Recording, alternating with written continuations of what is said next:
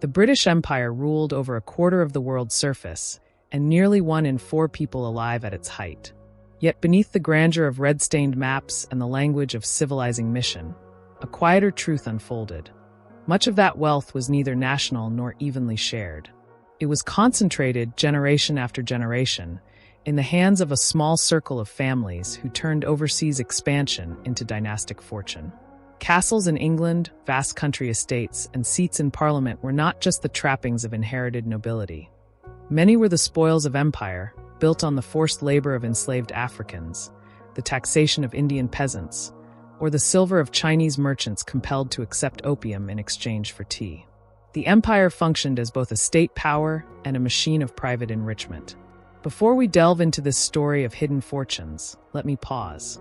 If history presented with detail and unflinching clarity is what keeps you here, then take a moment to subscribe, and in the comments below, tell me where in the world you are watching from. The story of empire is not confined to Britain. It was a global phenomenon, and its legacy continues to shape every continent. The paradox is sharp. On one side, London projected itself as the world's imperial capital, its streets filled with sailors, clerks, and traders tied to distant colonies. On the other, a handful of merchant houses, banking dynasties, and aristocratic families siphoned enormous sums for themselves. The crown often appeared as the symbol of unity, yet it relied on private investors to finance expansion and control. Queen Victoria presided as Empress of India, but the economic levers, the plantations, the railways, the mines, and the credit, were often in the hands of private families whose names, while less celebrated than monarchs, shaped the empire's workings far more intimately. The origins of this concentration of wealth can be traced to the earliest days of overseas expansion. Elizabethan privateers returned to London with plundered treasure from Spanish galleons.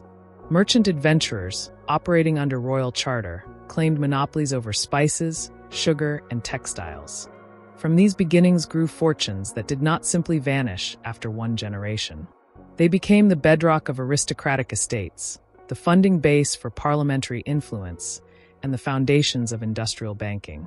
Families like the Beckfords in the Caribbean, the Clives in Bengal, or the Barings in London illustrate how empire created a financial aristocracy parallel to the landed nobility of medieval England.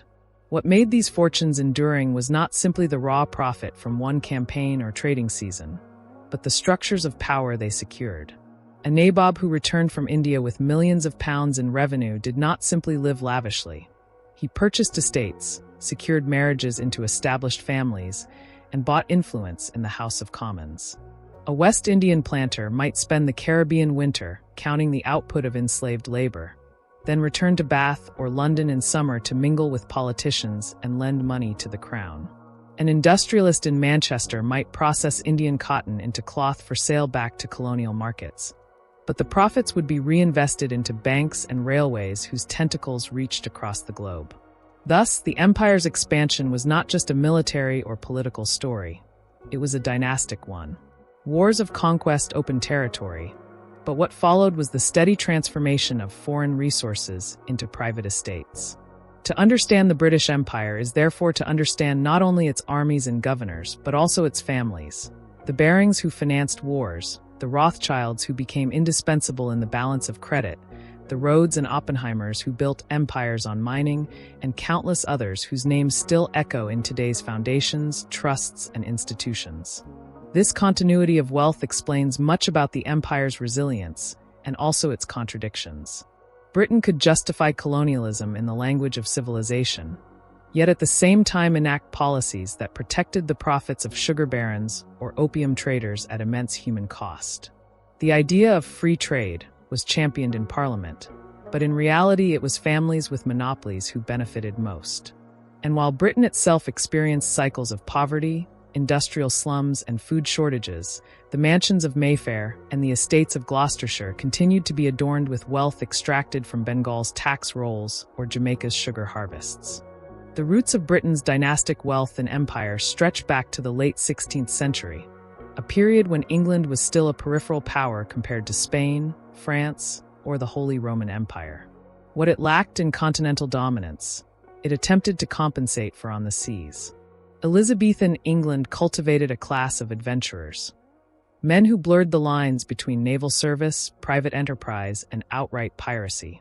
Figures such as Sir Francis Drake and Sir John Hawkins became emblematic of this era, operating under the tacit approval of the Crown to raid Spanish shipping.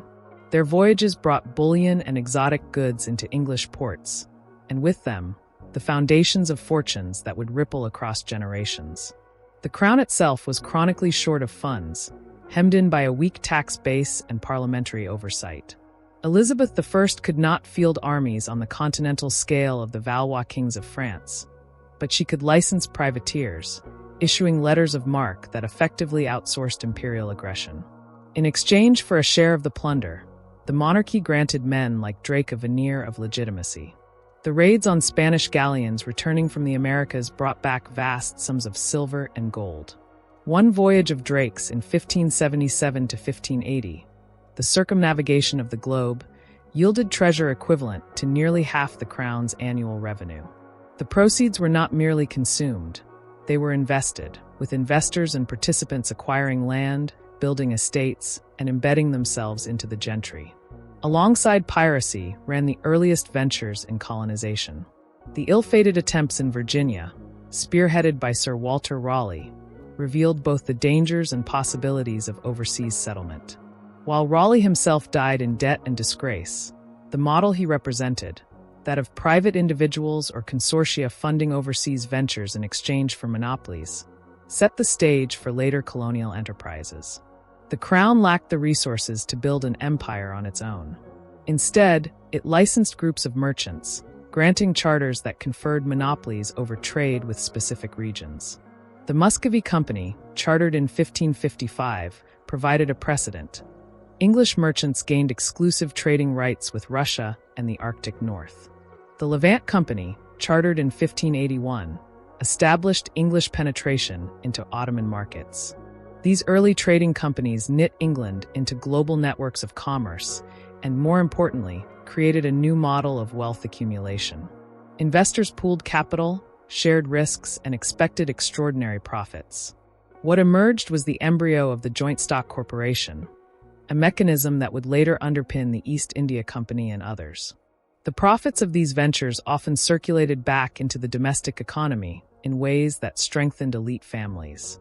Merchants who had risked their fortunes on a single voyage could find themselves transformed into men of landed wealth. Land, not coin, conferred lasting social status in Elizabethan and Jacobean England.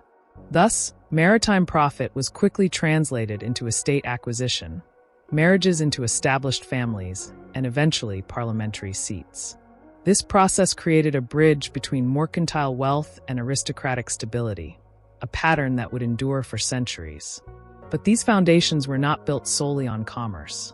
They were tied intimately to violence.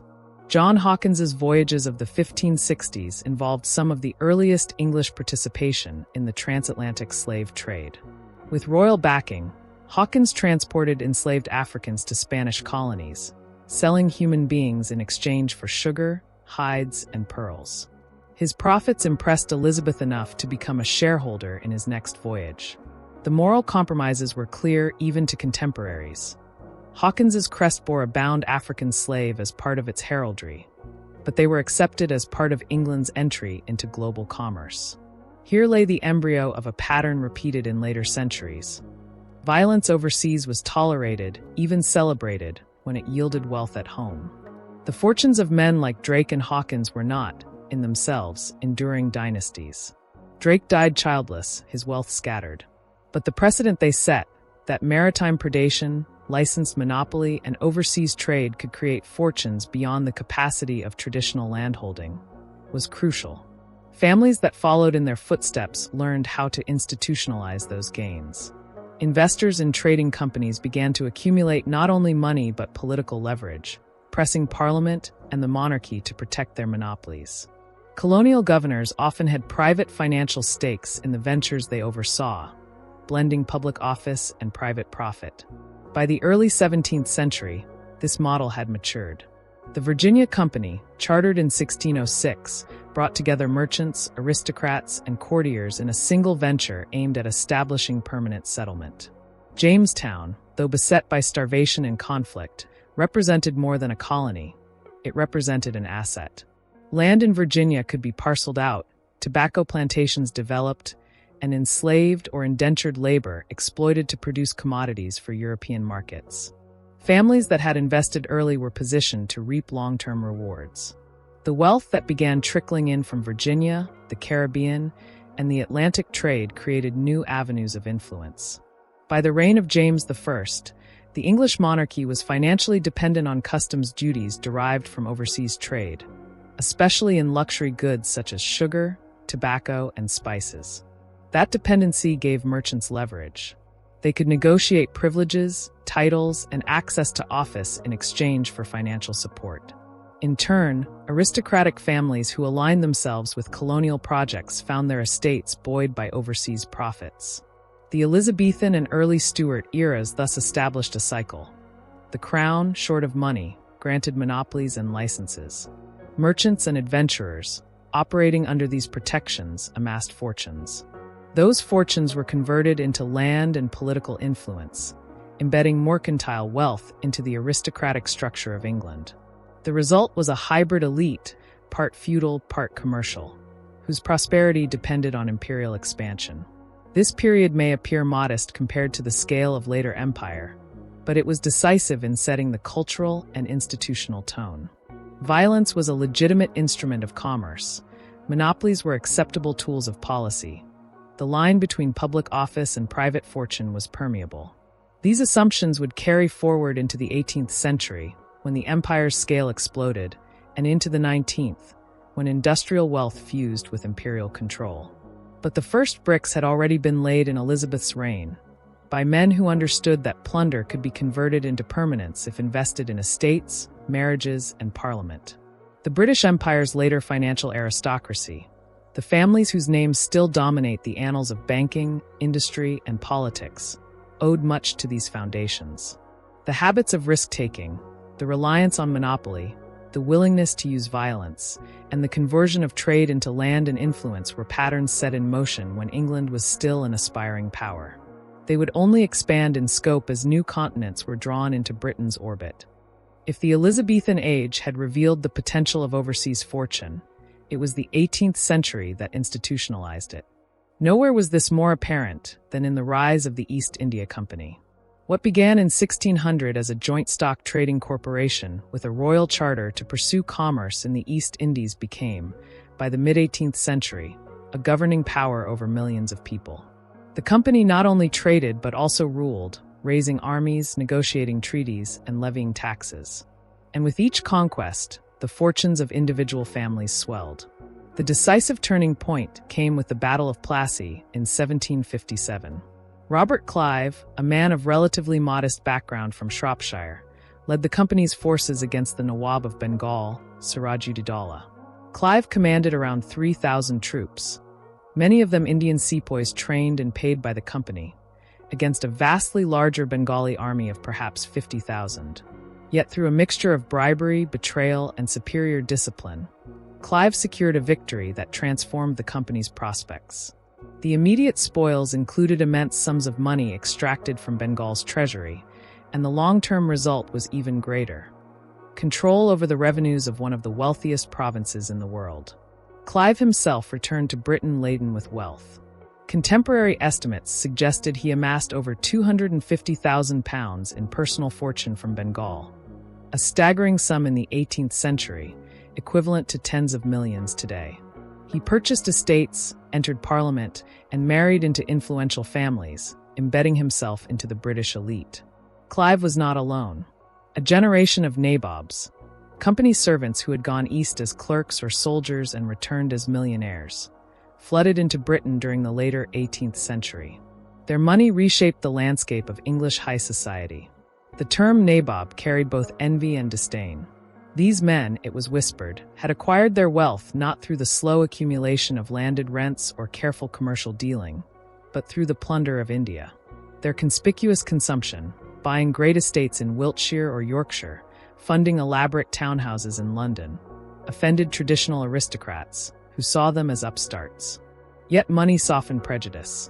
Nabob fortunes purchased parliamentary seats, endowed marriages with the old landed gentry, and funded political careers. In time, the line between ancient nobility and new imperial wealth blurred. Behind this flow of private fortune was a system of extraction that reshaped India itself. After Plassey, the company secured the right of Diwani, the collection of revenue, in Bengal. This meant that British officials, nominally traders, became tax collectors for millions of Indian peasants. The scale of revenue was immense. Tens of millions of rupees annually, much of it siphoned into company coffers and private pockets.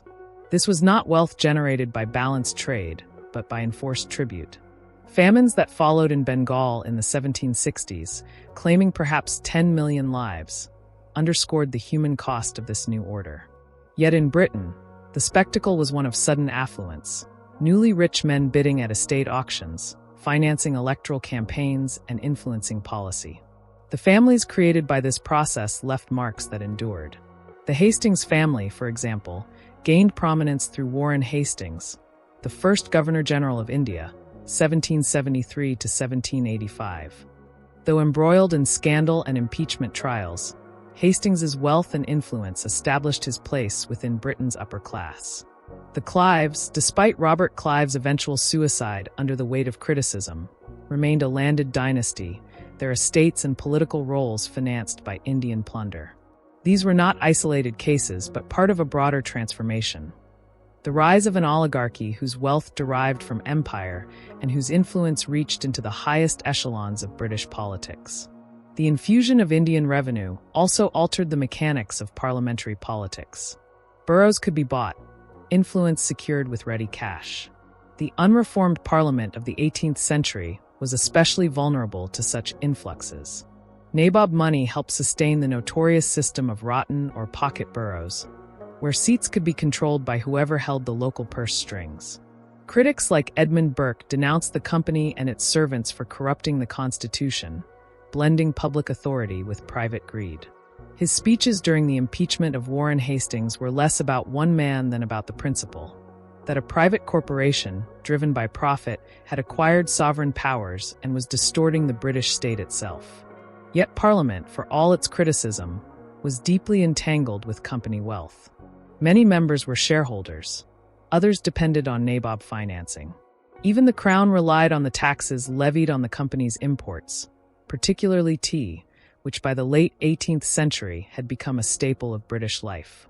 When American colonists protested against taxation without representation, the emblem of their resistance was the East India Company's tea, dumped into Boston Harbor in 1773. The company was no longer simply an economic actor. It had become a symbol of imperial entanglement and of the intersection between private profit and public authority.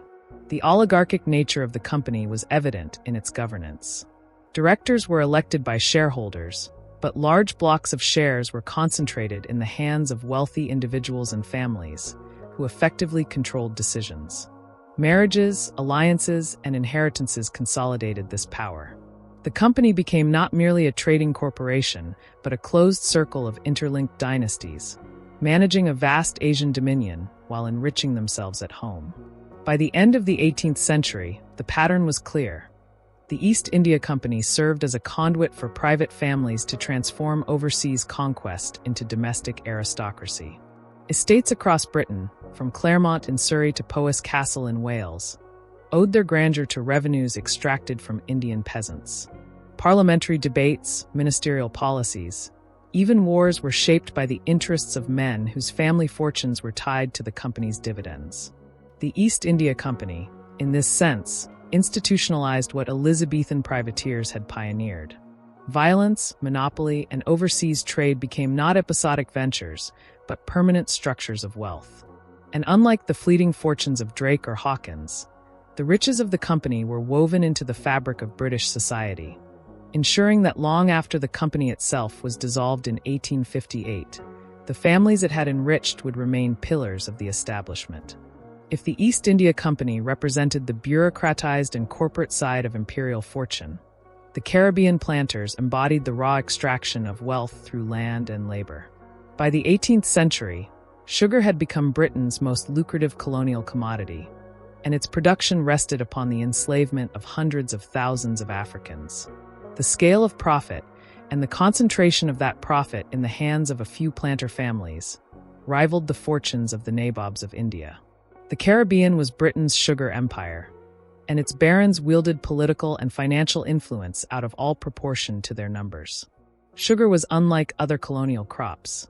Tobacco from Virginia or rice from the Carolinas had value, but sugar was addictive, versatile, and in ever-rising demand.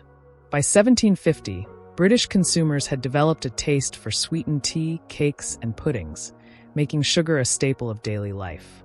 Consumption rose sixfold between 1700 and 1800.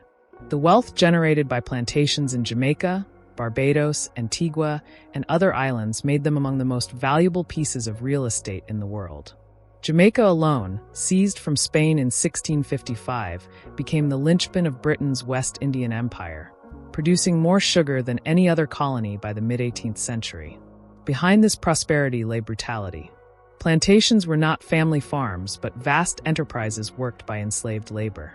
Mortality rates were catastrophic. On some estates, enslaved Africans survived less than a decade under the punishing conditions of cane cultivation, disease, and violence. Replacement, not reproduction, sustained the system, with slave ships bringing a constant flow of new captives across the Atlantic. Yet for the planter elite, this human cost translated into extraordinary wealth. The Beckford family exemplified this transformation. Originating in Gloucestershire, they became one of the richest families in Britain through Jamaican sugar.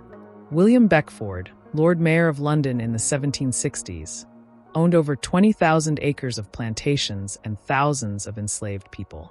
His fortune, estimated at more than £1 million, a staggering sum for the period, allowed him to dominate political life in his constituency and fund the lavish lifestyle of his descendants. His son, also named William, became known as England's wealthiest commoner, constructing Fonthill Abbey, one of the grandest private estates in the country. The entire edifice, architectural and financial, rested on the backs of enslaved laborers thousands of miles away. The Codrington family of Barbados represented another such dynasty. Christopher Codrington II, governor of the Leeward Islands, presided over one of the largest estates in the Caribbean. The Codrington plantations, notorious for their harsh conditions, produced immense profits. Codrington himself, steeped in both wealth and power, became a benefactor of Oxford University, endowing a library that still bears his name. Here was one of the recurring ironies of imperial fortune. Profits extracted from coerced labor in the Caribbean funded the intellectual and cultural institutions of Britain, leaving legacies that seemed noble while their origins remained cloaked in silence. Plantation wealth was not confined to absentee landlords. Some planters resided on the islands, building societies that were miniature aristocracies, complete with assemblies, militias, and cultural refinements. Yet the majority of profits flowed back to Britain. Estates in the English countryside were bought with sugar money. Marriages linked planter families with the traditional gentry, and political influence followed naturally. By the mid-18th century, the West India Interest, a bloc of wealthy planters and merchants, was a formidable force in Parliament. They lobbied successfully to protect the slave trade, to defend sugar tariffs, and to expand Britain's Caribbean possessions. The empire's policies often reflected their priorities. The banks of London and Bristol grew fat on sugar as well. Merchant houses that financed the trade, insured the ships, and handled the credit systems were deeply entwined with plantation profits. Bristol, Liverpool, and London became not only slave trading ports but also centers of West Indian commerce, where fortunes were multiplied through reinvestment. Thus, the wealth of the Caribbean did not remain confined to planter dynasties, but seeped into the financial infrastructure of the nation. The sheer profitability of sugar shaped Britain's imperial strategy. Wars with France and Spain were fought as much for Caribbean islands as for European frontiers. The 7 Years' War, 1756 to 1763, though global in scope, saw some of its fiercest battles in the West Indies. Britain's capture of Havana and Martinique and its retention of Jamaica underscored the primacy of sugar islands in imperial calculations. At the Treaty of Paris in 1763, Britain was willing to return Guadeloupe to France in exchange for control of Canada, a decision criticized by some contemporaries who argued that sugar islands were far more valuable than frozen northern territories. What made the sugar fortunes distinctive was their visibility and their moral fragility. Unlike the nabobs, whose Indian revenues could be cloaked in the language of governance, the planters' wealth was transparently tied to slavery. From the late 18th century onward, abolitionist voices in Britain drew direct connections between the opulence of families like the Beckfords and the suffering of enslaved Africans. Figures such as Olaudah Equiano and Thomas Clarkson exposed the realities of the trade, while William Wilberforce campaigned tirelessly for abolition. Yet resistance was fierce, and much of it came from the West India interest, determined to protect its immense profits. Even when the slave trade was abolished in 1807, planter families retained their estates and continued to profit from enslaved labor. It was not until the Slavery Abolition Act of 1833 that emancipation occurred, and even then the planters emerged compensated, not ruined. The British government allocated £20 million, 40% of its annual budget, to compensate slave owners for the loss of their property. Families like the Gladstones and the Hibberts received large payouts, securing their fortunes into the Victorian age. The enslaved themselves, of course, received nothing. Thus, the sugar barons not only shaped Britain's 18th century economy, but also ensured that their wealth persisted into the 19th century. Estates, titles, political influence, and cultural endowments survived, even as the plantations declined. In this sense, the Caribbean fortunes mirrored those of the East India Company oligarchs. Immense profits extracted from colonial subjects converted into permanent social and political capital in Britain. The Caribbean sugar dynasties reveal the stark duality of the British Empire. At home, they manifested as patrons of art, literature, and architecture, embodying refinement and philanthropy. Abroad, they presided over one of the most brutal systems of coerced labor in human history. The contradiction was not hidden. It was known, debated, and excused in the name of national prosperity. And for generations, the barons of sugar enjoyed their wealth secure in the knowledge that the empire's laws and armies defended their interests. The wealth of the East India nabobs and the Caribbean sugar barons did not exist in isolation. To transform volatile profits from plunder, plantations, or trade into lasting dynasties required institutions that could manage credit, extend loans, and move capital across continents. By the late 18th and 19th centuries, London had become the financial heart of the empire, and banking dynasties stood at its center. Their influence extended far beyond counting houses and ledgers. They underwrote wars, financed colonial railways, and dictated the rhythms of trade. In doing so, they became as essential to Britain's global dominance as its armies or navies. The Barings were among the earliest of these dynasties. Founded in 1762 by Francis Baring, a German immigrant, the family firm grew rapidly by financing trade with the United States and the West Indies.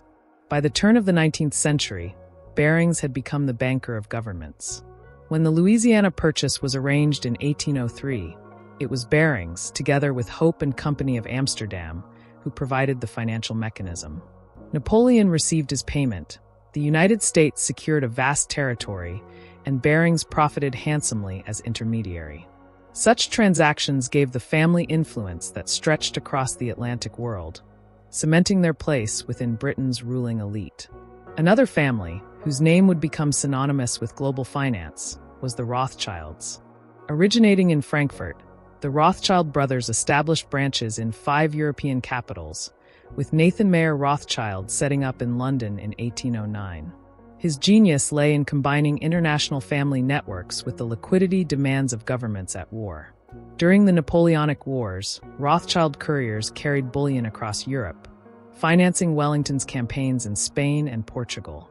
When news of Napoleon's defeat at Waterloo reached London, Nathan Rothschild was among the first to know, allowing him to maneuver in government bonds to the family's advantage.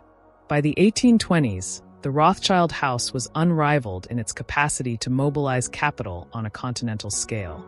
What distinguished these banking dynasties was not only their wealth, but their integration with the state.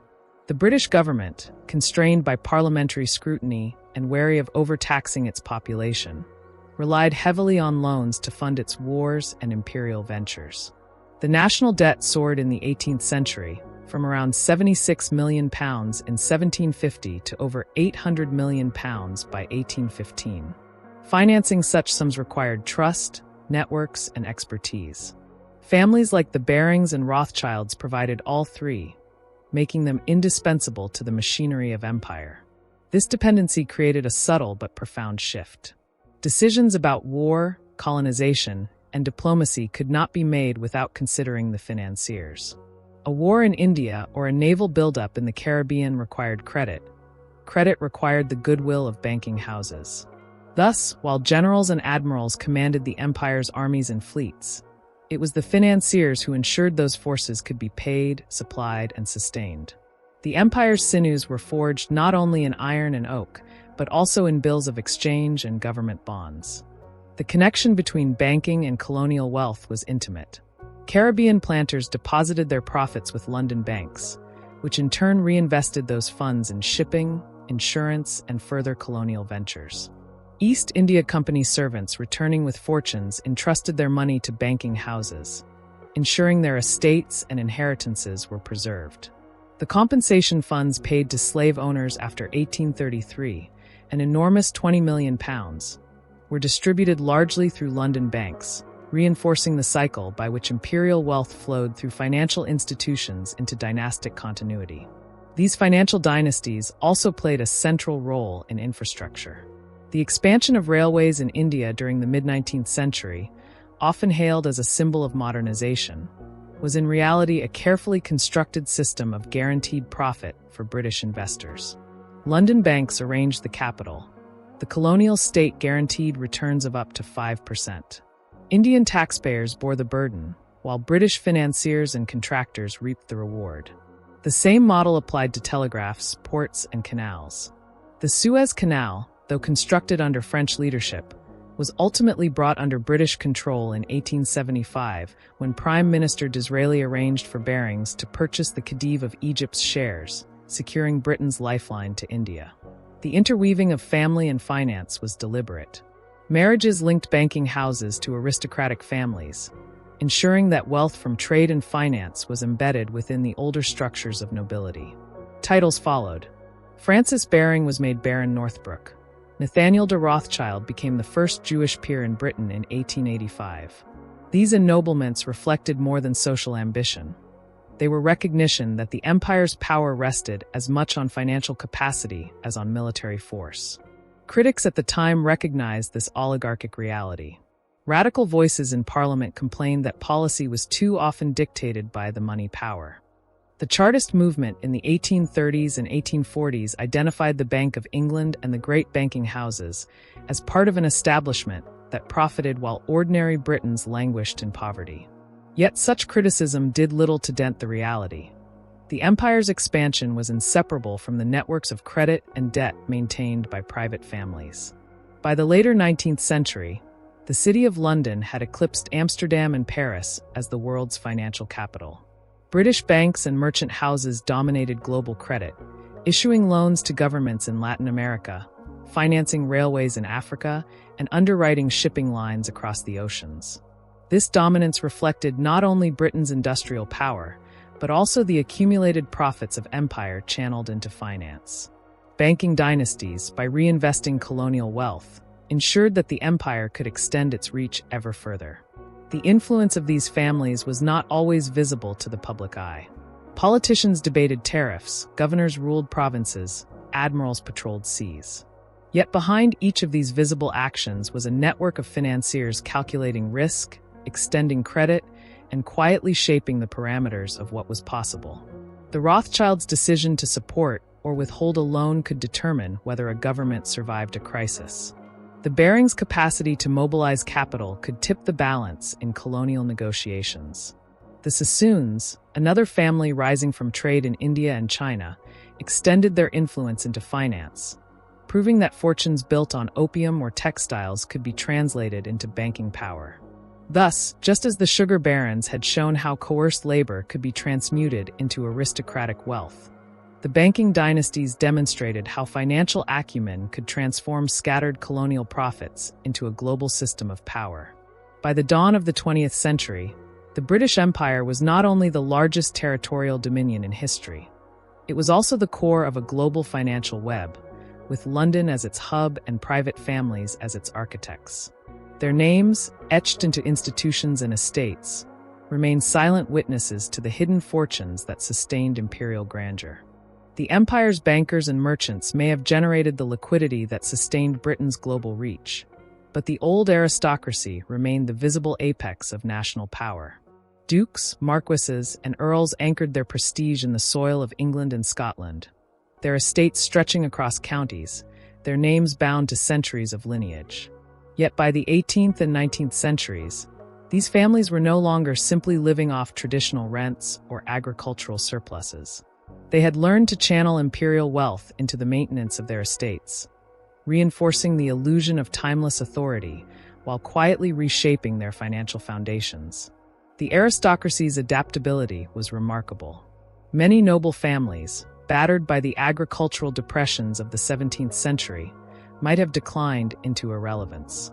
Instead, they aligned themselves with the empire. Colonial governorships, sinecures, and military commissions became reliable sources of income for younger sons who might otherwise have burdened their estates.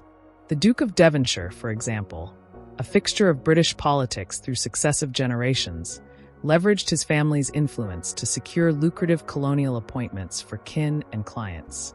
The revenues drawn from such offices, whether in India, the Caribbean, or Africa, flowed back into Chatsworth and other great houses, sustaining the magnificence of landed life. Other families directly invested in imperial commerce. The Marlboroughs, who rose to prominence under John Churchill's victories in the War of the Spanish Succession, benefited not only from royal favor, but also from the dividends of overseas trade. Estates at Blenheim were furnished with wealth drawn from the sinews of empire, contracts for army supplies, investments in East India Company stock, and connections to mercantile houses in London. The aristocracy, for all its traditionalist rhetoric, proved skilled at diversifying its income streams, ensuring that imperial profit shored up the grandeur of ancient lineage. Colonial governorships were especially important conduits. These were not unpaid ceremonial posts, but positions of immense patronage. Governors wielded control over tariffs, monopolies, and contracts. The rewards were substantial. A successful governorship in Jamaica, for instance, allowed an aristocrat to return to Britain with enhanced fortune and reputation. Such offices became stepping stones in careers that blended service and enrichment, linking the nobility to the machinery of extraction. Parliamentary politics further entrenched this relationship. Before the great reforms of the 19th century, aristocrats commanded boroughs and counties through patronage and influence. Imperial wealth, whether from sugar, banking, or company dividends, provided the funds to sustain electoral dominance. Campaigns were expensive, buying votes, rewarding supporters, maintaining visibility in London and in the shires required ready cash. Noble families with access to colonial revenue streams held decisive advantages over those relying solely on rents from agriculture. In this way, the empire reinforced aristocratic dominance in domestic politics, allowing them to outspend rivals and maintain a grip on parliamentary representation. Marriage was another instrument of consolidation. Wealthy nabobs returning from India or planters' heirs from the Caribbean often sought legitimacy through marriage into the aristocracy. For families struggling to maintain their estates, such unions provided a lifeline of liquidity. Conversely, for the nouveau riches of empire, marriage into the peerage offered social acceptance and permanence. The blending of these lines produced dynasties that embodied both imperial fortune and noble pedigree. By the 19th century, it was increasingly difficult to disentangle where old land ended and new empire began. The great houses of Britain, from Blenheim to Chatsworth to Holkham, contained not only the heritage of medieval rents, but also the proceeds of Bengal revenue, Jamaican sugar, and South African diamonds. The aristocracy also played a role in shaping imperial policy itself. Members of the House of Lords were often investors in colonial ventures. Their speeches and votes reflected not only abstract patriotism, but material interest. Debates on the Corn Laws, tariffs, or colonial administration often masked deeper struggles over whose wealth would be protected. When the abolition of the slave trade was proposed, many aristocrats aligned with the West India interest, fearing the loss of income from Caribbean plantations in which they held shares. Similarly, discussions of Indian governance were influenced by peers whose fortunes rested on company stock or contracts. One of the most striking aspects of aristocratic imperial wealth was its invisibility to the broader public. Unlike bankers or merchants, whose professions identified them with commerce, dukes and earls appeared as timeless custodians of land and tradition. Visitors to Chatsworth or Blenheim saw portraits of ancestors, hunting scenes, and manicured gardens. They did not see the ledgers of plantations or the dividends of company bonds that sustained such grandeur. This invisibility was not accidental. It was cultivated, part of the aristocracy's talent for preserving authority by masking adaptation beneath the veneer of continuity. The Victorian era further entrenched this system.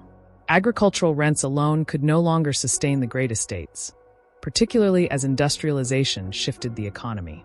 But colonial wealth, combined with investments in railways, canals, and foreign loans, provided the necessary supplement. The landed elite reinvested imperial profits into their estates, ensuring that country houses remained symbols of permanence even as their foundations shifted. Aristocratic philanthropy, too, was increasingly funded by imperial wealth. Endowments for churches, schools, and museums bore the names of noble families, though the money often originated in colonial exploitation. Aristocratic participation in empire was not without tension. Critics like Richard Cobden and John Bright in the mid-19th century accused the landed classes of sacrificing national welfare for imperial gain, propping up protectionist policies and costly wars that served elite interests. Yet the system endured, in part because the empire delivered tangible benefits to the aristocracy's ability to maintain its estates and political position. By the time the 20th century dawned, even as Britain's global dominance began to waver, the nobility's estates still stood as monuments to centuries of accumulated and often hidden wealth. What emerges, then, is a picture of profound continuity masked by change. The aristocracy that had once derived its wealth from feudal dues and agricultural rents had become an aristocracy of empire, sustained by the flows of sugar, cotton, tea, and capital from across the globe. Their survival owed not to resistance against change, but to a shrewd embrace of it. By absorbing the profits of merchants, bankers, and planters, the nobility preserved its position at the apex of society, ensuring that the empire's riches were not merely dispersed but concentrated in estates that symbolized permanence. Thus, the British aristocracy, often remembered as the embodiment of tradition, was in fact one of the most flexible and opportunistic beneficiaries of imperial fortune. Its country houses, parliamentary influence, and cultural patronage were deeply entwined with the hidden wealth of empire. Behind the facade of timeless grandeur lay a story of adaptation, in which colonial plunder was quietly transformed into landed permanence. If the landed nobility embodied continuity and the bankers symbolized financial control, the industrialists of the 19th century represented Britain's new face of wealth. Their factories, soot-covered and relentless, seemed to stand in stark contrast to the grandeur of Chatsworth or Blenheim. Yet appearances were deceptive. The wealth of Lancashire's cotton magnates, Birmingham's metal manufacturers, and Glasgow's shipbuilders was as much a product of empire as any aristocratic estate. Without the steady supply of raw materials from colonies and the captive markets for manufactured goods, Britain's industrial revolution would not have produced the dynasties it did. Cotton was the linchpin. By the early 19th century, Lancashire had become the world's center of textile production. Cities like Manchester, Bolton, and Blackburn pulsed with the rhythm of mills whose chimneys darkened the sky and whose machines consumed raw cotton by the ton. That cotton did not originate in Britain. Initially, it came largely from the American South, grown by enslaved laborers on plantations in Mississippi, Alabama, and Georgia. After abolition in the United States and the disruption of the Civil War, India and Egypt became crucial suppliers. In both cases, the British Empire ensured that flows of raw cotton remained steady, even at the cost of local economies. In India, the colonial government reshaped agriculture to prioritize cotton exports. Traditional weavers, once the pride of Bengal's textile industry, were reduced to penury as British tariffs restricted Indian cloth while encouraging the export of raw fiber. Famines periodically ravaged regions where food crops had been displaced by cotton cultivation. Yet in Lancashire, the mills never stopped turning. Families like the Ashworths, the Peels, and the Burleys amassed fortunes from this system. The Peels, in particular, illustrate the arc from industrial wealth to political power. Sir Robert Peel, founder of the Peel textile empire, established a dynasty whose influence reached into the highest levels of government. His son, Sir Robert Peel the Younger, became Prime Minister in the 1830s and 1840s, remembered for founding the modern police force and repealing the Corn Laws. The Peel fortune, however, rested firmly on the empire's capacity to supply cheap cotton and secure foreign markets for British cloth. The profits of the cotton industry were staggering. By mid-century, textiles accounted for around 40% of Britain's exports. Manchester became known as Cottonopolis, a city whose warehouses displayed the industrial empire's reach. Bales of cotton arrived from Bombay or New Orleans, were spun and woven in Lancashire, then re-exported as cloth to Africa, India, and the Far East. The cycle was circular and self-reinforcing. Colonial subjects provided the raw material and then purchased the finished goods, often under economic coercion. Industrialists extracted wealth at both ends, converting factories into dynasties that rivaled the older aristocracy in scale. But cotton was not alone. The empire supplied jute from Bengal, tea from Assam and Ceylon, and rubber from Malaya. Each commodity fed a corresponding industrial sector. Dundee's jute mills relied on colonial fibers to manufacture sacks, ropes, and carpets. Birmingham's metalworks thrived on orders for imperial railways, weapons, and tools. Glasgow's shipyards grew rich constructing the steamers that connected Britain to its colonial possessions. In every case, industrial fortunes were bound to imperial extraction and demand. The symbiosis between industrialists and empire was evident in political life. Many factory owners became advocates of free trade, not out of abstract ideology, but because it guaranteed access to colonial markets. The repeal of the Corn Laws in 1846, often celebrated as a victory for liberal economics, was also a triumph for industrialists who wished to lower food prices for their workers while securing cheap imports from abroad. Their influence in Parliament reflected not only domestic power, but also imperial interest. By mid-century, industrial fortunes carried enough weight to rival the landed nobility in shaping policy. Philanthropy became one of the tools by which industrial families sought legitimacy. The Ashworths funded schools and churches in Lancashire. The Peels supported charitable endeavors. The Cadburys and Rowntrees, Quaker industrialists in chocolate manufacturing, invested in model villages and social reforms. Yet even this philanthropy was built on imperial foundations. Cocoa from West Africa, sugar from the Caribbean, and cotton from India were the raw materials that made their largesse possible. The moral paradox was striking. Factories built on exploited colonial labor underpinned projects designed to improve the lives of British workers. The visibility of industrial wealth altered Britain's social fabric. Unlike the aristocracy, whose estates symbolized continuity, industrialists often flaunted their success in new ways. Stately homes were constructed not in the medieval or Tudor styles, but in the grandiose Italianate or neoclassical designs of the 19th century, funded by factory profits. Manchester's civic buildings, including the Town Hall and Free Trade Hall, bore the imprint of industrial wealth seeking permanence. These structures declared that industrial dynasties intended not only to profit but to endure, their names etched into stone as securely as those of dukes and earls. At the same time, the industrial empire was far from benign. The demand for raw materials distorted colonial economies, often devastating local industries. Indian weavers, once globally renowned, were undercut and displaced by machine-spun British cloth. In Egypt, the drive to cultivate cotton for Lancashire contributed to cycles of debt that left the Khedive dependent on European financiers, paving the way for British occupation in 1882. In West Africa, the exchange of manufactured cloth for palm oil and other resources tied local economies ever more tightly to imperial needs. Industrial fortunes in Britain grew fat on the enforced dependency of colonies. By the late 19th century, the industrialists and the aristocracy had converged. Marriages between mill owners' heirs and noble daughters cemented alliances.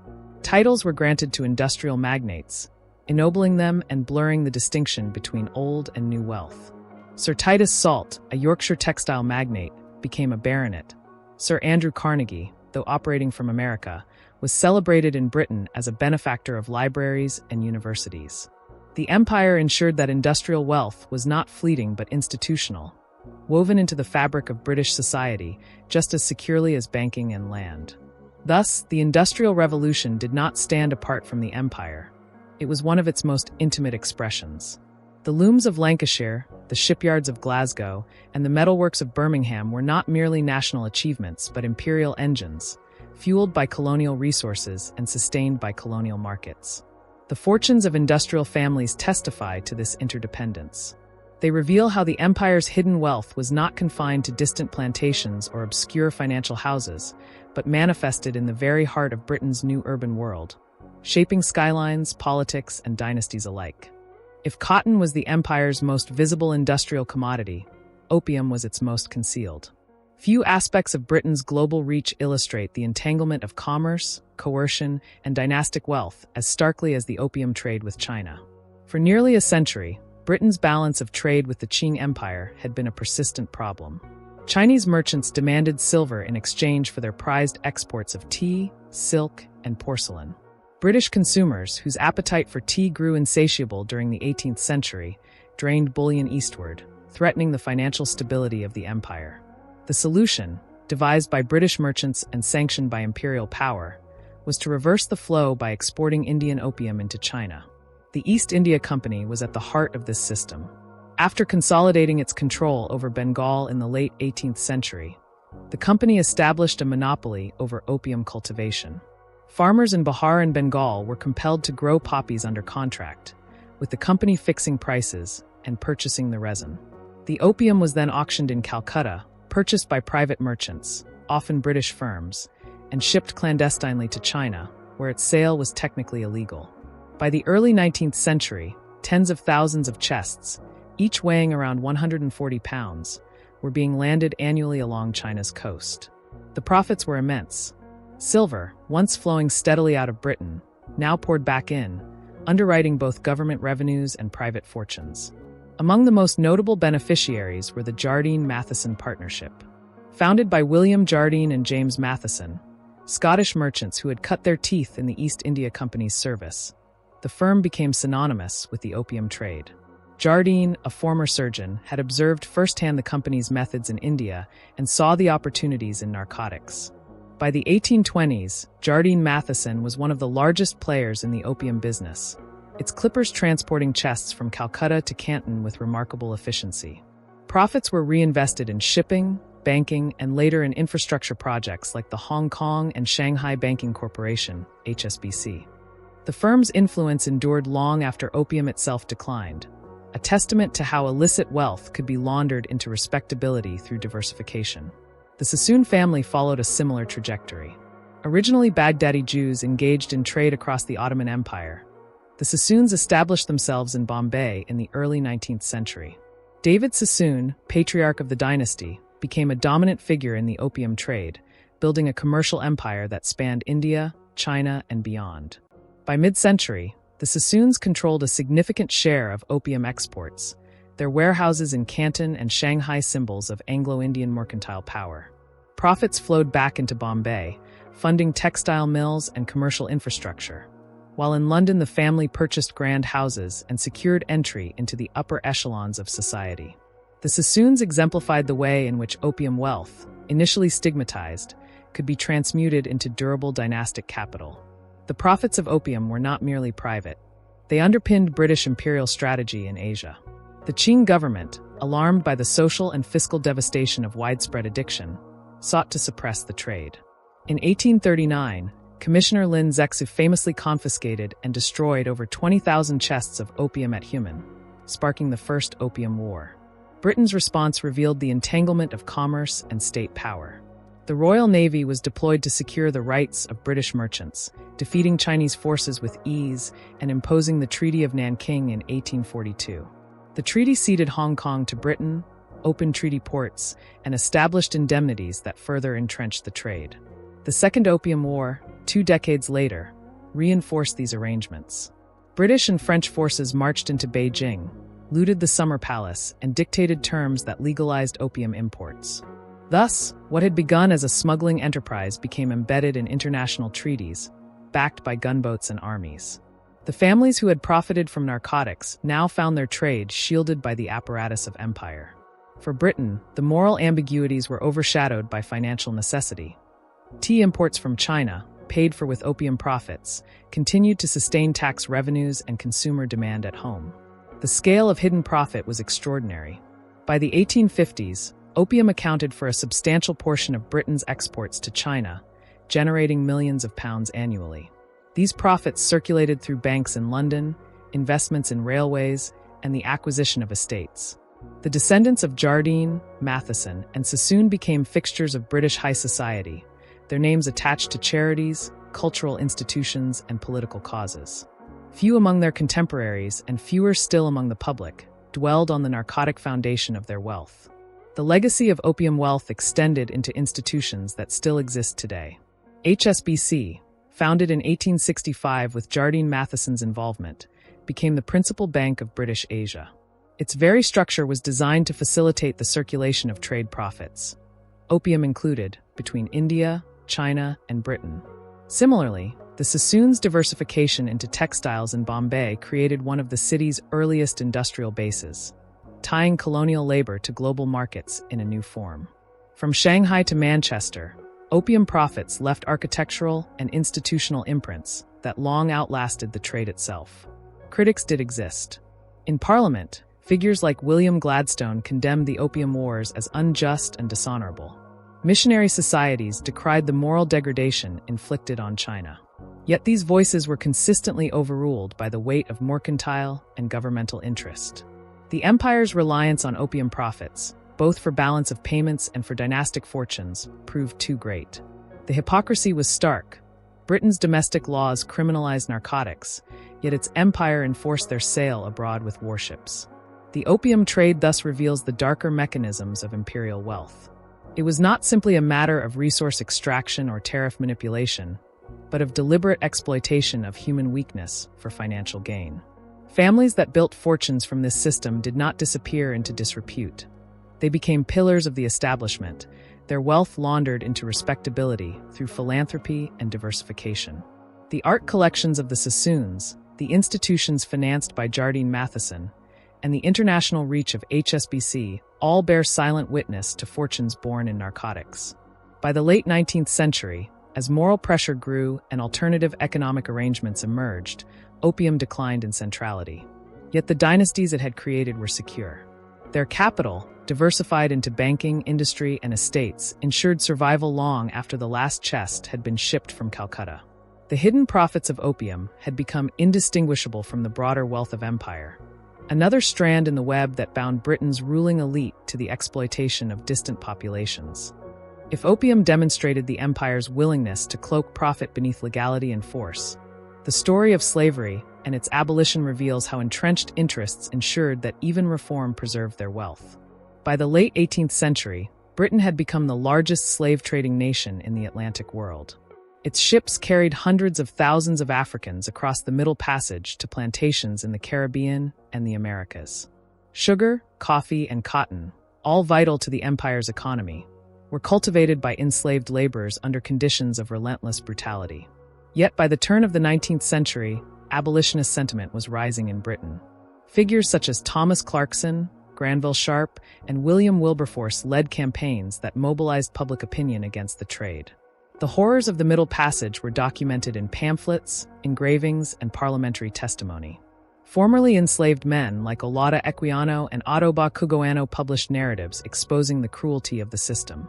By 1807, under mounting pressure, Parliament passed the Abolition of the Slave Trade Act, prohibiting British involvement in the transatlantic trafficking of human beings. But abolition of the trade was not abolition of slavery itself. In the Caribbean colonies, enslaved people continued to toil under the lash. Planters, many of them absentee landlords residing in Britain, defended their property with vigor. The wealth at stake was immense. Jamaica, Barbados, and other islands remained profitable, producing sugar that fed both domestic demand and Europe's sweet tooth. The West India interest in Parliament, an alliance of planter families, merchants, and their aristocratic allies, ensured that emancipation was delayed for another generation. When emancipation finally came with the Slavery Abolition Act of 1833, it carried within it one of the most revealing financial arrangements in Britain's imperial history. Parliament decreed that slave owners would be compensated for the loss of their property. The enslaved themselves received nothing, not land, not money, not restitution. But the owners were indemnified with a staggering £20 million payout, equivalent to around 40% of the government's annual expenditure. This was, at the time, the largest single financial outlay in British history. To fund it, the government raised loans through the Rothschilds and Barings, binding the national debt to the legacy of slavery. Remarkably, British taxpayers continued servicing this debt until 2015. The compensation records, meticulously kept, reveal the breadth of elite involvement. Families who had already entrenched themselves in politics, banking, and land ownership were direct beneficiaries. The Gladstones are a case in point. John Gladstone, father of future Prime Minister William Ewart Gladstone, owned extensive estates in Demerara, modern-day Guyana.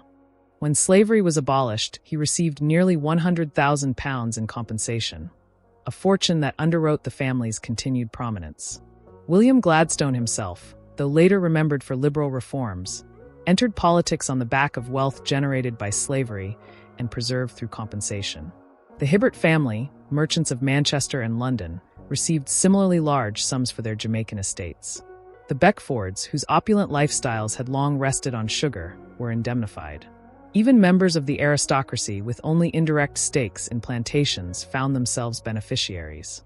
The Duke of Sutherland, among the wealthiest landowners in Britain, received payouts for holdings in the Caribbean. In total, more than 46,000 individual claims were filed, covering hundreds of thousands of enslaved people. The effect was to stabilize and even extend elite wealth. Families that might have faced ruin with emancipation instead found themselves flush with government cash, which they reinvested in safer, more diversified ventures. Compensation money flowed into railways, factories, banks, and estates. The slave economy had ended, but its profits were transmuted into new forms of capital. The hidden continuity ensured that dynastic fortunes built on human bondage survived into the industrial and financial age.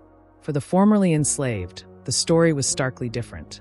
Freedmen and women in the Caribbean received no compensation, only the dubious gift of apprenticeship, a system that bound them to their former masters for years after 1833 under conditions scarcely distinguishable from slavery.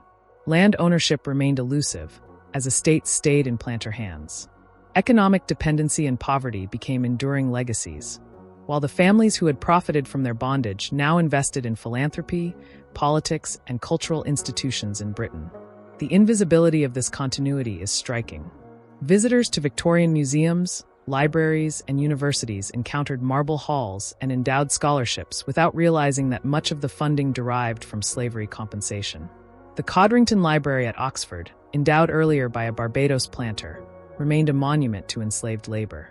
The Gladstones funded churches and schools in Liverpool and elsewhere, their reputation burnished by philanthropy. Few asked where the money came from, and fewer still lingered on the irony that Britain celebrated itself as the champion of freedom while rewarding slave owners for their loss. The moral paradox was not lost on contemporaries. Abolitionists who had fought for decades were dismayed by the scale of compensation. Radical critics pointed out that the state had effectively legitimized slave ownership by treating it as property deserving of reimbursement. Yet the political clout of the West India interest ensured the settlement passed. The same parliament that had denounced the cruelty of slavery balked at undermining the fortunes of Britain's ruling elite. The compensation scheme also had international implications. By demonstrating that emancipation could occur without bankrupting slave owners, Britain hoped to encourage other European powers to follow suit. But the model also revealed the limits of humanitarian reform when constrained by financial interests.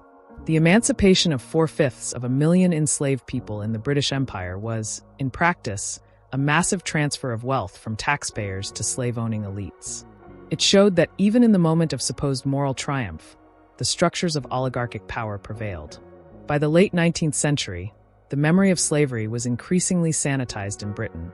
The narrative emphasized abolitionist heroism, Wilberforce's piety, and Britain's supposed moral leadership in ending the trade. The fact that entire dynasties had been compensated into further prosperity was seldom mentioned. Estates in the English countryside, now funded by railways or banking, carried little visible trace of their Caribbean origins. Yet beneath their manicured gardens lay the hidden wealth of slavery, preserved by compensation and woven into the fabric of British society. Thus, the story of emancipation was not only one of liberation, but also of continuity.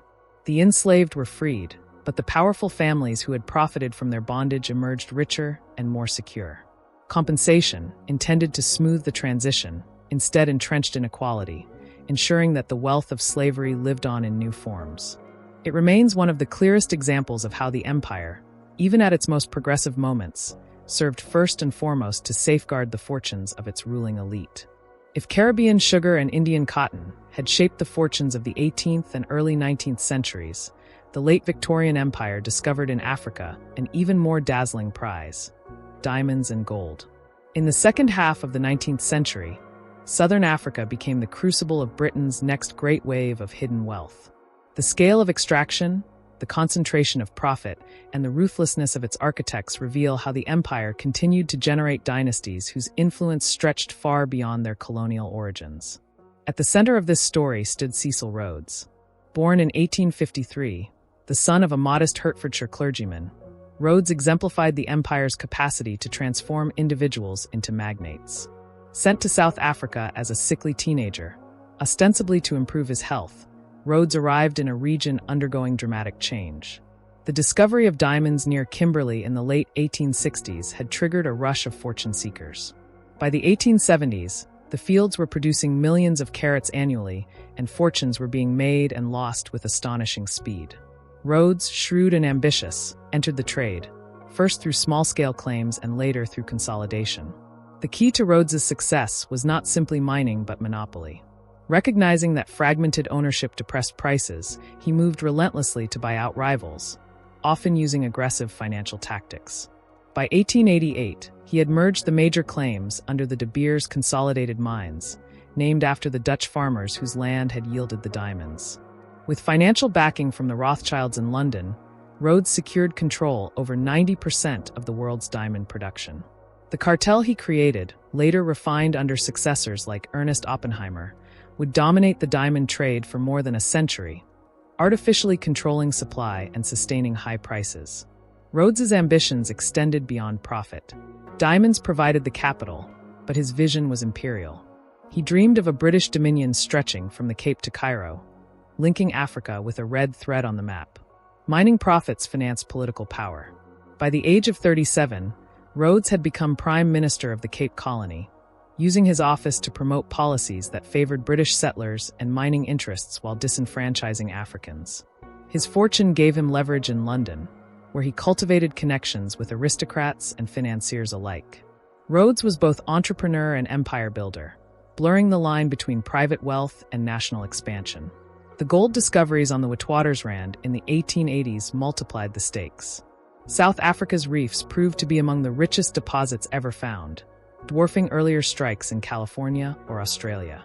By the 1890s, Johannesburg had become a boomtown, its mines producing more than a quarter of the world's gold supply. Gold was not only profitable, but essential to the international financial system, underpinning the gold standard that sustained global trade.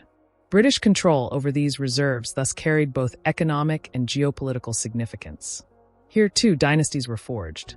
Ernest Oppenheimer, a German-born financier, entered the South African mining industry in the early 20th century and soon established Anglo-American Corporation, which would become a titan of global mining. Through careful alliances, Oppenheimer eventually gained control of De Beers itself, ensuring that the diamond cartel survived Rhodes's death and adapted to new conditions. The Oppenheimers, like the Rothschilds before them, translated mining profits into banking, politics, and philanthropy, becoming one of the most powerful families in 20th century Britain and South Africa. The conditions under which these fortunes were made reveal the darker side of imperial mining. African laborers were recruited, or coerced, into the mines under harsh systems of contract. Migrant labor compounds restricted movement, enforced racial segregation, and subjected workers to brutal discipline. Diseases like pneumonia and tuberculosis ravaged the workforce, while wages remained meager. The profits extracted by Rhodes, Oppenheimer, and their peers were built upon the exploitation of black labor, whose struggles laid the foundations for the later resistance movements that culminated in apartheid's collapse. Yet in the 19th century, the moral calculus was again ignored in favor of imperial enrichment. The wealth of Rhodes and his associates flowed back to Britain in visible and enduring ways. Rhodes endowed the University of Oxford with the Rhodes Scholarships, designed to educate future leaders from across the English-speaking world. The scholarships, still among the most prestigious global academic awards, masked the origins of their funding in the brutal diamond mines of Kimberley. Similarly, the Oppenheimers endowed museums, charities, and cultural institutions, laundering mining profits into legacies of respectability. The pattern was familiar. Fortunes built on exploitation overseas were sanctified at home through philanthropy and association with education, art, and science. The mining dynasties also reshaped imperial geopolitics. Rhodes's ambitions contributed directly to conflicts such as the Jameson Raid of 1895, a botched attempt to incite rebellion against the Boer Republic of Transvaal, whose gold threatened British interests. The raid's failure humiliated Britain, but underscored the extent to which private wealth could dictate imperial policy. Just a few years later, the Second Boer War, 1899 to 1902, erupted, a conflict fought not only over settler nationalism, but also over control of the gold fields. The war cost Britain over 20,000 dead and vast sums, but its conclusion ensured British dominance over South Africa's mineral wealth for the next century. By the early 20th century, the mining dynasties were integrated into the broader oligarchy of Britain's ruling elite. Rhodes, though dead by 1902, had ensured his vision lived on through De Beers and the Rhodes Trust. The Oppenheimers consolidated control over diamonds and gold, linking their wealth to global financial institutions. British investors and aristocrats, through shares and directorships, partook in the profits. Thus, just as the sugar barons of the Caribbean and the nabobs of India had shaped earlier generations, the mining magnates of Africa defined the late Victorian and Edwardian age. The story of Rhodes and the mining dynasties reveals the continuity of imperial fortune. Each new frontier of extraction, whether slaves, sugar, cotton, opium, or diamonds, produced families who turned transient profit into permanent wealth. The methods varied, the geographies shifted, but the underlying pattern remained: coercion abroad, enrichment at home, and transformation of wealth into institutions that outlasted the empire itself. By the time Britain entered the 20th century, diamonds glittered not only in jewelry shops but in the very fabric of its ruling class, testaments to the hidden wealth extracted from African soil. If mines supplied the empire with its treasure, it was railways, telegraphs, and armaments that bound it together. By the mid-19th century, Britain had become not only the workshop of the world, but also the contractor of empire, exporting expertise, machinery, and capital to knit together distant colonies. For the families and firms who secured these contracts, infrastructure itself became a fountain of dynastic wealth. Rail lines across India, telegraph cables under oceans, and arsenals that supplied imperial armies all generated profits that were quietly converted into lasting power at home. India offered the clearest example. After the rebellion of 1857, the British government assumed direct control from the East India Company, and with it came an obsession with connectivity. Railways were hailed as a civilizing instrument, a means of moving troops swiftly, transporting goods, and integrating the subcontinent into imperial markets. But behind the rhetoric of modernization lay a financial model designed to enrich British investors. Private companies, backed by London capital, received government guarantees of up to 5% return on investment. This meant that even if the railways failed to generate sufficient profit, Indian taxpayers would make up the difference. The contractors who built these lines, steel producers, locomotive manufacturers, and engineering firms thrived. Armstrong Whitworth, based in Newcastle, supplied rails and armaments alike. John Fowler, a leading civil engineer, designed major sections of India's rail network before gaining fame as co-designer of the Forth Bridge in Scotland. The construction contracts were immense, funneled through British banks and underwritten by colonial revenues. For Indian peasants, the railways often meant displacement, taxation, and higher food prices. For British contractors, they meant secure dividends and family fortunes. Telegraphs followed a similar pattern. The electric telegraph, pioneered in Britain during the 1830s and 1840s, became by mid-century an imperial necessity. News that once took months to travel by ship could now be transmitted in hours. The laying of submarine cables was a technical marvel and a lucrative business. Families and firms involved in the cable industry, such as the Siemens brothers in Britain, received contracts to link India to Britain via the Persian Gulf, to connect Australia through Singapore, and eventually to span the Atlantic and Pacific. Each cable required immense capital, but governments and colonies subsidized the costs, ensuring steady returns for private shareholders. The strategic importance of these communications cannot be overstated. During the Indian Rebellion of 1857, delays in transmitting information hampered British responses. By the 1870s, with telegraph lines operational, London could issue instructions to Delhi or Cape Town within hours. The infrastructure that served empire also cemented private fortunes. Telegraph companies enjoyed monopolies, and shareholders enjoyed stability. What appeared as public utility was, in practice, another avenue for oligarchic enrichment. Armaments added a darker dimension. The expansion of empire required not only railways and cables, but also weapons. Sir William Armstrong's Ellswick Works epitomized the convergence of private enterprise and imperial power. Beginning with hydraulic cranes and bridges, Armstrong turned to ordnance, producing breech-loading guns that equipped both the Royal Navy and colonial armies. His firm, later Armstrong Whitworth, became a global supplier of armaments, its profits underwritten by government contracts. Armstrong himself was ennobled, becoming Baron Armstrong of Cragside, his Northumberland estate a showcase of industrial wealth transmuted into aristocratic grandeur. The interconnection of these industries created what some historians describe as an imperial industrial complex. Railways carried raw materials to ports, telegraphs coordinated trade and troop movements, and armaments suppressed resistance. All funded by colonial revenues, but enriching British families and firms.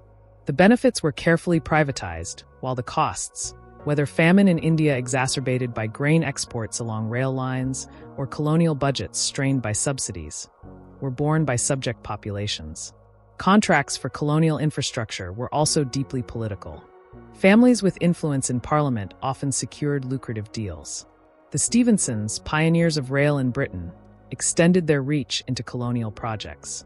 Contractors with connections to the India Office or the Colonial Office found themselves favored in bidding processes.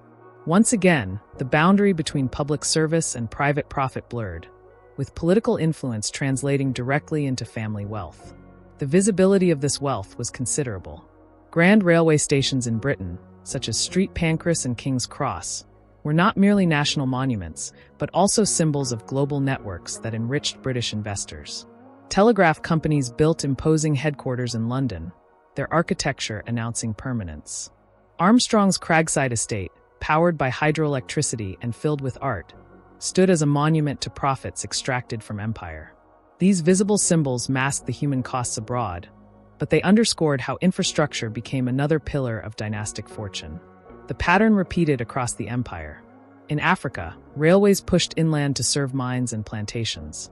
In Egypt, the construction of the Suez Canal, though initially French, became a British asset after 1875, when Prime Minister Disraeli arranged for Barings Bank to purchase the Khedive's shares. The canal's profits flowed to shareholders, while its strategic importance cemented Britain's control of the route to India. In every case, infrastructure projects were designed less to serve local populations than to integrate colonies into imperial circuits of trade. And in every case, British contractors and financiers pocketed the profits.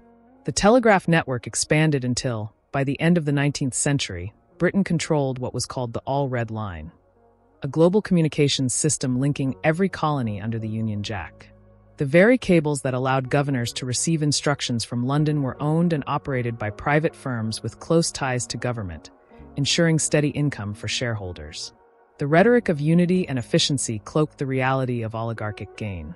By the dawn of the 20th century, railways, telegraphs, and armaments had joined plantations, banks, and mines as central pillars of Britain's hidden wealth. The families who secured contracts or invested in these projects translated colonial revenues into domestic estates, titles, and philanthropic legacies. Just as sugar had built libraries and opium had endowed museums, so too did rail and cable fortunes underwrite universities, art collections, and political careers. The infrastructure of empire was not neutral. It carried grain out of famine-stricken India, soldiers into rebellious territories, and raw materials to Britain's factories. It enabled the extraction of wealth on an unprecedented scale. Yet for the contractors and dynasties who supplied the rails, the cables, and the guns, it was the foundation of permanence. Their wealth was hidden in plain sight, embedded in the very technologies that sustained the empire's power. The railways and telegraphs had bound the empire together, but their profits did more than finance steel and cables. They purchased political power at home. By the 18th and 19th centuries, the boundary between economic fortune and parliamentary influence had nearly vanished. Wealthy families, nabobs returning from India, sugar barons from the Caribbean, bankers of the city, and industrialists of Manchester, did not merely enrich themselves. They entered the very machinery of the British state, bending it to their interests. In the unreformed Parliament of the 18th century, seats in the House of Commons were not the product of mass democracy, but of influence and patronage. Pocket boroughs, constituencies with tiny electorates effectively controlled by a wealthy patron, were common. A nabob who returned from Bengal with hundreds of thousands of pounds could simply purchase an estate that carried with it control of a borough, thereby securing a parliamentary seat either for himself or for an ally. Robert Clive, whose plunder at Plassey transformed his fortunes, became a member of Parliament through precisely such mechanisms. With seats came influence, protection of company interests, resistance to regulation, and promotion of policies that safeguarded colonial profits. This pattern extended to the sugar barons. Planter families like the Beckfords used their immense West Indian wealth to dominate constituencies. William Beckford, as Lord Mayor of London and MP, was a conspicuous example. His Jamaican fortune underwrote his political career, enabling him to speak as a champion of both commerce and liberty, even as his estates were worked by enslaved laborers. The paradox was obvious, yet his influence was real. The West India interest in Parliament became a formidable bloc, lobbying against abolition and shaping colonial tariffs. Wealth from distant plantations translated directly into votes and policies in Westminster. As industrial and financial wealth expanded in the 19th century, it too sought political expression. The banking dynasties, Barings, Rothschilds, and later the merchant princes of the city, rarely stood for election themselves, but they exercised influence through loans, lobbying, and the strategic placement of relatives. Nathan Mayer Rothschild never held office, yet his control of government finance ensured that his voice carried in the corridors of power. The Barings, ennobled as barons, blended financial with aristocratic authority, reinforcing the oligarchic character of the state. Even after the Reform Acts of 1832, 1867, and 1884 broadened the franchise and curtailed the worst abuses of pocket boroughs, the wealthy adapted. Money still mattered. Campaigns required funds, newspapers could be subsidized, and influence in local affairs translated into votes. Families whose fortunes rested on empire remained disproportionately represented in Parliament. John Gladstone's wealth from slavery enabled his son William to build a political career culminating in 4 terms as Prime Minister. The compensation paid to the elder Gladstone after 1833 became, in effect, seed capital for one of the most significant political dynasties of the Victorian era. Peers in the House of Lords also bore the stamp of imperial fortune. The Lords were hereditary, but the monarch could elevate wealthy commoners to the peerage. Many who had profited from empire found themselves ennobled, their money buying not just estates but titles. Sir William Armstrong, whose arms supplied empire, was made a baron. The Rothschilds, though Jewish outsiders at first, were eventually admitted to the peerage in 1885. Each elevation symbolized the fusion of imperial profit with aristocratic status. The empire, in this sense, was not a distant appendage to Britain's political system. It was the mechanism by which that system was continually replenished with wealth. The influence of wealthy families extended beyond formal politics into the machinery of government policy. The India Office, the Colonial Office, and the Board of Trade were staffed disproportionately by men with connections to commercial dynasties. Many governors and proconsuls were younger sons of aristocratic families, their appointments arranged through patronage networks. Their decisions in India, Africa, or the Caribbean reflected not only imperial strategy, but also the interests of the classes to which they belonged. A governor who had shares in a railway company might press for rail expansion, knowing both empire and personal wealth would benefit. Critics were not blind to this. Edmund Burke's denunciations of the East India Company in the late 18th century were couched precisely in terms of oligarchic corruption. He argued that nabobs returning from India had subverted the constitution, using their plunder to buy seats and bend policy to private ends. In the 19th century, radicals like Cobden and Bright attacked what they called the moneyed aristocracy, insisting that Britain was governed not in the interest of its people, but of its wealthy elite. The Reform Acts were designed, in part, to weaken this grip. Yet the elite proved remarkably adaptable, shifting their influence from rotten boroughs to newspapers, campaign funds, and strategic philanthropy. The result was a political system that, despite reforms, continued to serve the families whose fortunes were bound to empire. Legislation on tariffs, colonial administration, or military intervention consistently aligned with their interests. The sugar duties protected Caribbean planters for decades. The opium trade was defended by both Parliament and Crown despite its moral opprobrium. Mining magnates like Rhodes shaped foreign policy directly, his schemes in southern Africa backed by London's tacit approval. Political office and imperial profit were not separate spheres but overlapping realities of the same ruling class. The scale of dynastic power is evident in how many of Britain's leading political figures of the 19th century were connected to imperial fortunes. Not only the Gladstones, but also the Churchills, whose Marlborough estates had long benefited from imperial patronage, drew on such legacies. Disraeli's government purchased the Suez Canal shares through Barings. Liberal and conservative cabinets alike were filled with men whose family wealth had imperial roots. The policies they enacted, whether free trade, colonial wars, or infrastructure investments, cannot be understood without recognizing how deeply their own fortunes were implicated. By the dawn of the 20th century, Britain presented itself as a constitutional democracy, with expanding suffrage and parliamentary accountability.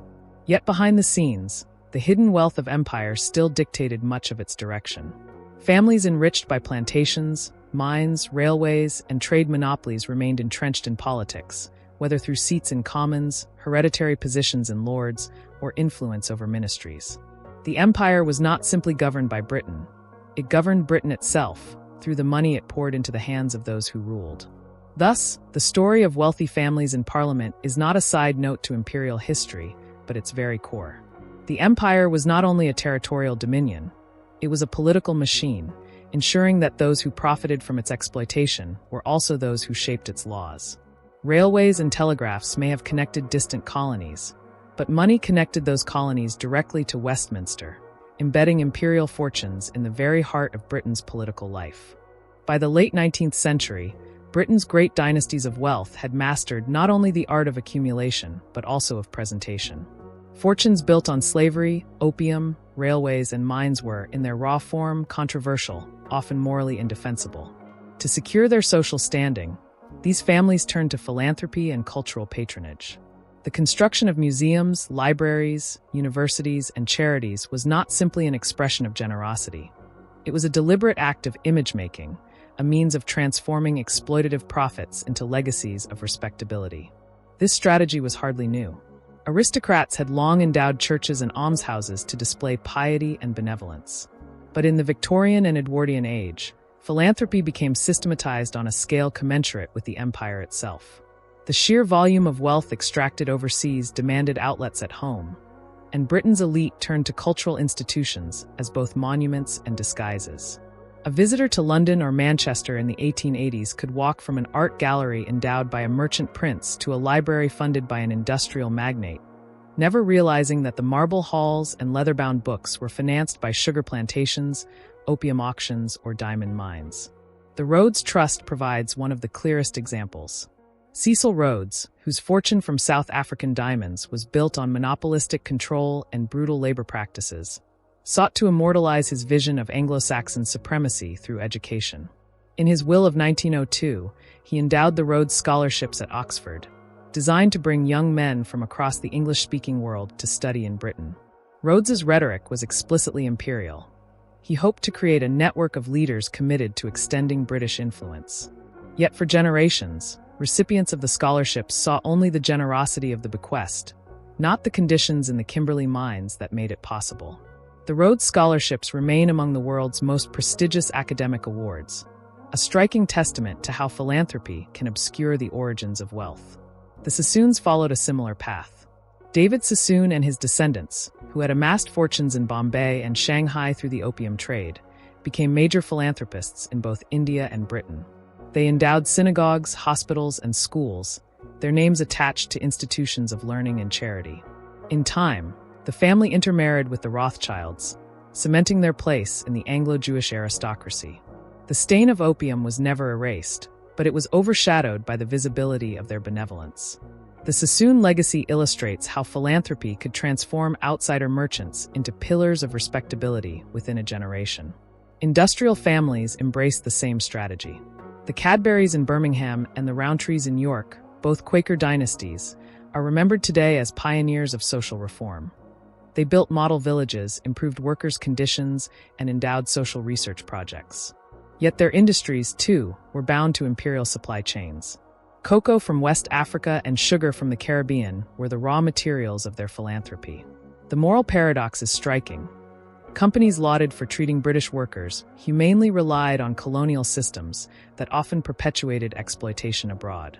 Still, their charitable projects provided a powerful narrative of benevolence, one that endured long after the conditions of cocoa plantations were forgotten. Even older aristocratic families participated in this transformation. The Codringtons, whose plantations in Barbados had been infamous for their harshness, endowed Oxford's Codrington Library. Visitors to the library encountered a monument to learning and piety, not to slavery. The Beckfords, notorious for their West Indian wealth, sponsored art and architecture, embedding their names in cultural memory rather than in the ledgers of sugar estates. These acts of philanthropy reshaped public perception, ensuring that dynasties associated with exploitation became remembered as patrons of civilization. Philanthropy also served political functions. Families who endowed schools, libraries, or housing projects could present themselves as guardians of the social order, softening class tensions at home. Industrial magnates who built libraries in Manchester or Leeds hoped not only to educate workers but to pacify them, to redirect discontent into self-improvement rather than agitation. The language of improvement and uplift was as much about control as generosity, ensuring that the beneficiaries of imperial wealth could present themselves as moral leaders rather than exploiters. Museums became perhaps the most visible expressions of this trend. The British Museum, the Victoria and Albert Museum, and countless provincial institutions filled their halls with artifacts from across the empire. Some were plundered directly, like the Elgin marbles or the Benin bronzes, while others were acquired through the donations of wealthy patrons. To fund galleries, endow collections, and sponsor expeditions was to inscribe one's name into the national narrative of knowledge and progress. The fact that these treasures were often acquired through violence or coercion was seldom emphasized. Instead, the public saw marble facades and educational missions, associating elite families with enlightenment rather than with exploitation. The philanthropic turn also reshaped politics. By endowing universities and charities, wealthy families cultivated networks of gratitude and influence. A scholarship could secure loyal supporters. A hospital could generate civic goodwill. The act of giving was never purely altruistic. It was strategic. Philanthropy became a form of soft power, reinforcing the political and social dominance of the elite at a moment when democratic pressures threatened their hold. Critics recognized this dynamic. In radical journals and speeches, philanthropy was sometimes denounced as conscience money, an attempt to buy respectability while concealing injustice. Yet the sheer scale of giving made it difficult to resist. Libraries and schools stood as tangible benefits, even if funded by dubious means. For ordinary Britons, the new civic institutions were symbols of progress, and gratitude often outweighed suspicion. The moral calculus was quietly rewritten. Wealth, however acquired, was justified if it resulted in cultural enrichment at home. By the early 20th century, the image of Britain's ruling elite had been thoroughly laundered through philanthropy. Museums, universities, scholarships, and charitable institutions bore their names, embedding them into the fabric of national life. The fact that their fortunes rested on slavery, opium, or the brutalities of mining was increasingly obscured. Public memory preserved their benevolence, not their exploitation. In this way, philanthropy became the final stage of imperial wealth: extraction abroad, consolidation at home, and transformation into cultural capital. The dynasties of empire ensured not only that their fortunes endured, but that their reputations did too. Their names were etched not on plantations or ledgers, but on libraries and lecture halls, ensuring that posterity would remember them as patrons of learning rather than profiteers of empire. By the dawn of the 20th century, the British Empire appeared unassailable. Its territories spanned the globe, its trade routes girdled the seas, and its flag flew over a quarter of humanity. Yet the very scale of the empire carried within it the seeds of contraction. 2 world wars, mounting nationalist movements, and shifts in the global economy gradually dismantled Britain's imperial structure. For many, this decline seemed catastrophic. But for the great families whose fortunes had been built on centuries of imperial extraction, the collapse of empire did not mean ruin.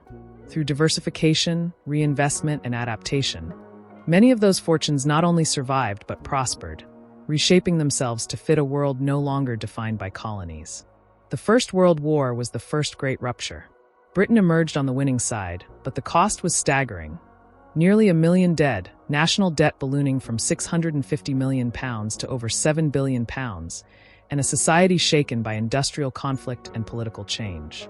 The empire had been mobilized in its entirety, with Indian, African, and Caribbean troops fighting alongside British forces. Yet while the state reeled from the burden, banking dynasties such as the Barings and Rothschilds found new avenues of profit. Financing war loans, managing reparations, and investing in post-war reconstruction ensured that capital continued to flow into their coffers. The industrialists, too, adapted. Armament firms like Vickers and Armstrong Whitworth shifted to peacetime production without relinquishing their influence. The aristocracy, however, faced a more precarious position.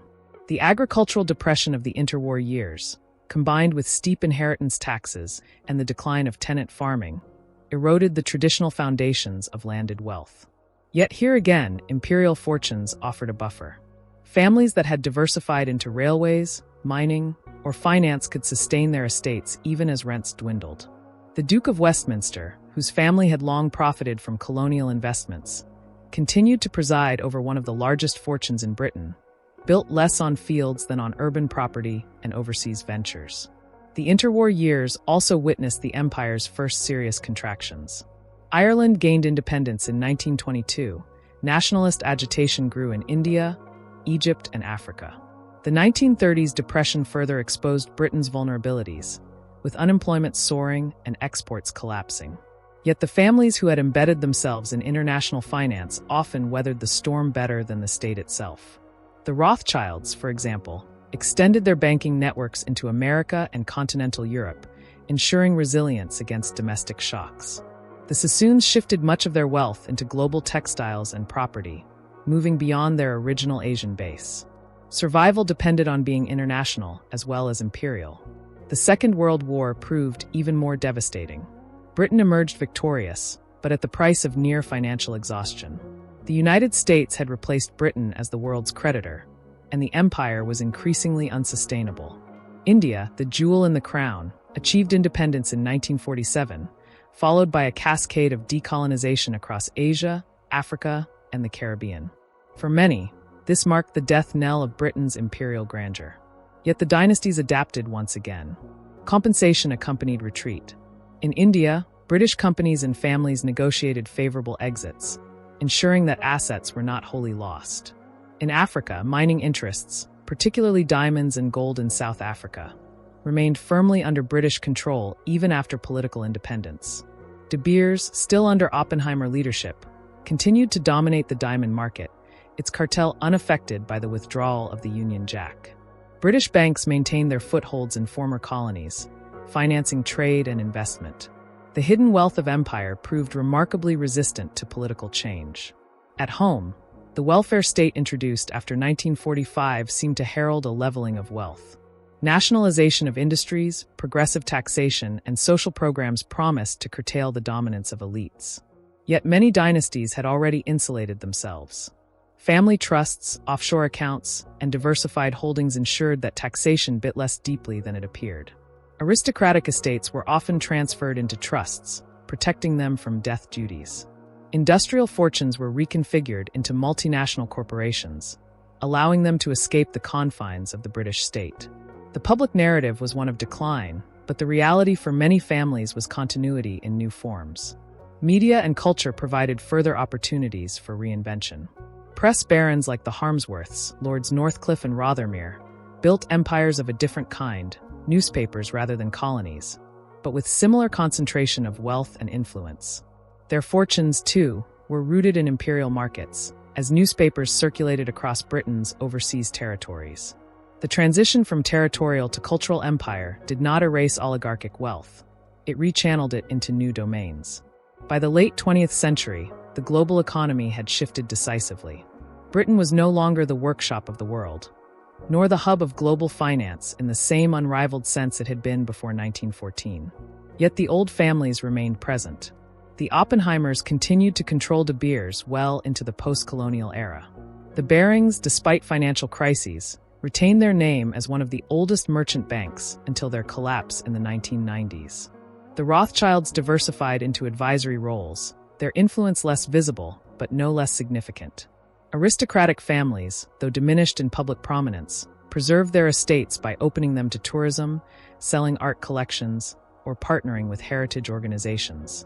The empire was gone, but the fortunes it had created lingered in palaces, corporations, and trusts. Perhaps the most striking aspect of this survival was invisibility.